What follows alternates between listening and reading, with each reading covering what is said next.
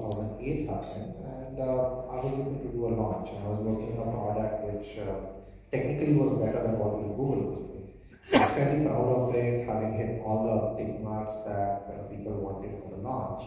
But then TCS CFO says that, look, I'll be killed if I launch a consumer product at this time. So I can give you more money to do R&D, but that's not what was needed. So I killed that product. In the meantime, I had start Tata Group company, a subsidiary of Tata Sons. So that was again a startup that needed about 130 crores of seed money. So this was a supercomputing startup. So that's a third business that I have done. That business again no longer exists for various reasons. So I always wanted to be an entrepreneur.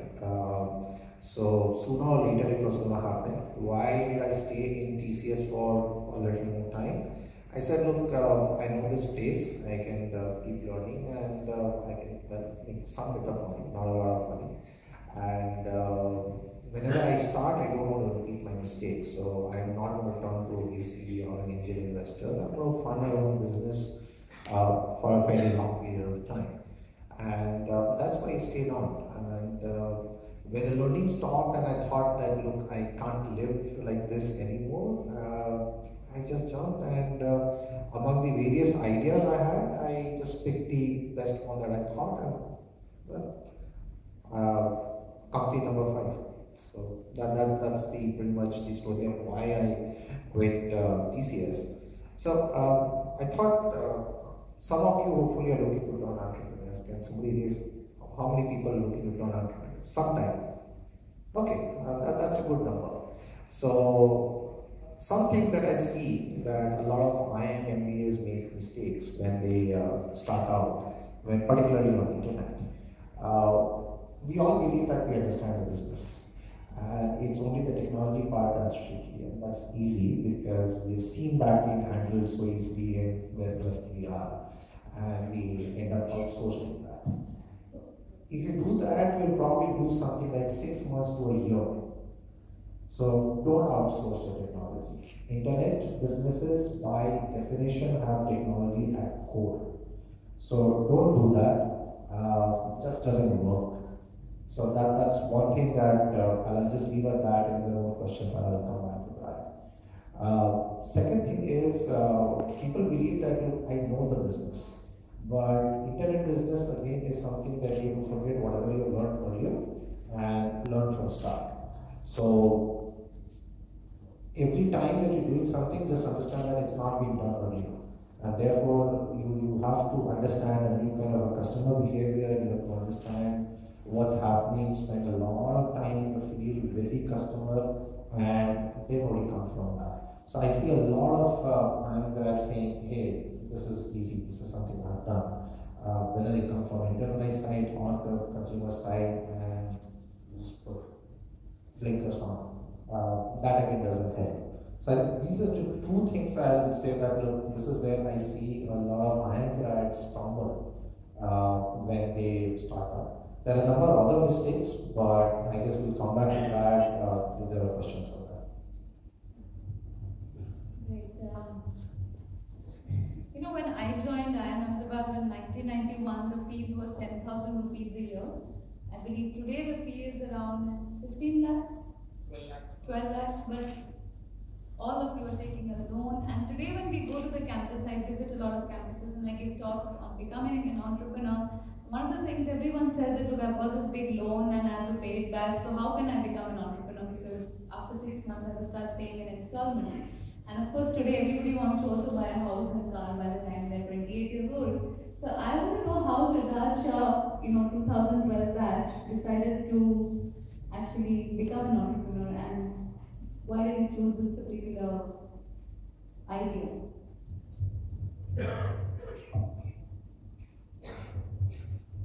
Okay, so I guess coming to the first part of Rashmi's question, how did it all come about? Okay, how did it all come about? And a part about loans, part about wanting to own a house, about wanting to own a car. Trust me, I have all of that. And I thought the best way to do it by myself. I had a short stint with Goldman Sachs during my summers. I was a banker, so I was about those 2 months, and I realized that along with the hefty pay package, what comes along is lifestyle diseases, blood pressure, diabetes, and God knows what else. Okay, my parents being doctors, I'm used to these terms, and I could actually realize what's happening.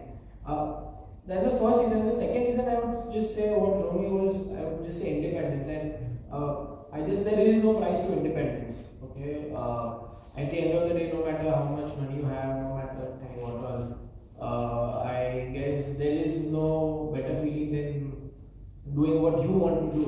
At the end of the day, we all talk and say that I'm doing what I want, I love what I do. I think this is the best expression of doing that.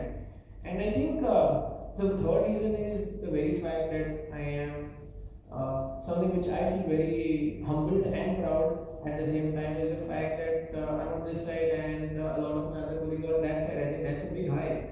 I mean, I believe most people over here, almost everybody over here is making more money than I am, but I'm still happy where I am.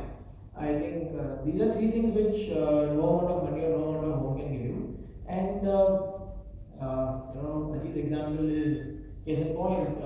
If you get it right, you're going to make huge money, maybe which your salary can never give you. So I think your chance of making it big in life is through entrepreneurship. Your independence is through entrepreneurship.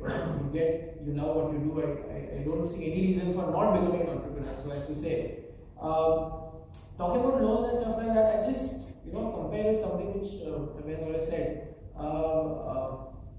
My dad was actually unhappy that I just went to IIM. He was like, why don't you go to Harvard, do one more MBA, get a global exposure, something like that. And I was like, okay, Dad, that's a little too much to ask. He's done his PhD, my mom's done that. So I was like, okay, fine, fair enough. And then I just sat down and understood that maybe if I go abroad, I'm going to spend at least 1 crore rupees. Going over there, studying my expenses, stuff like that. If I'm going to put the same amount of money, let's say, in my business, the learnings that I have over here, I can vouch with my personal experience every day that I've learned far, far more in the last 4 months of my journey than I would have learned in the 24 years of my life, including my all streams of education. Dealing with practical ground issues, trying to so-called change the system, trying to do everything that you wish that you would want to do, and then realize how do you get there and take one step every day. So, if I were to compare the cost of education with if you would take the same amount and put it in your own venture, or the fact that when you go to IIM, you never think whether you want to take a loan or not. It's obvious. If you don't have the money, you take the loan. There are no full thoughts about it. For me, the decision is as simple as that. The way that part of your life is essential. I think as an entrepreneur, if at all you need some seed capital, it is essential, and you just take that risk. It's like your baby, and if somebody's baby needs some money for health reason, for education, nobody's going to think twice. I think it's the same thing with this. And having said that, we are lucky that we're in an environment where there are organizations like HeadStart. I've been a beneficiary. Some people in my company have. We've met them at HeadStart events. So there are organizations like that. There are venture capital funds. IIM Ahmedabad gives us an option, and I'm sure all the campuses do, of coming back for placements for 2 years. There's a deferred placement process. They refund your placement fees, though it's a small one. But so I think the environment is there for people willing to take the plunge. It's just about not finding the excuses in life to not become an entrepreneur. I think that's how I would look at it. Ajit, if somebody today sitting in this audience wants to start an internet business, what is your advice to them, and what are the opportunities? If you could give us like 2 or 3 specific examples, because in your book you talked about the fact that it's actually just the tip of the iceberg. Today, whatever is happening, whatever services and products we're seeing in the information age, it's not that you've missed the bus already. There's a lot of opportunities today. Yeah, I earlier made the point that these technological cycles run 60, 65 years. We are just finished maybe 10, 15 years of it. I think the challenges, the opportunities are immense, and if there's any time to start with this, the next 12, 18, 24 months. India has had a problem, which is that broadband use is very small. For a variety of reasons I can explain to you, because linked to the political economy of India's telecommunications industry. Our user base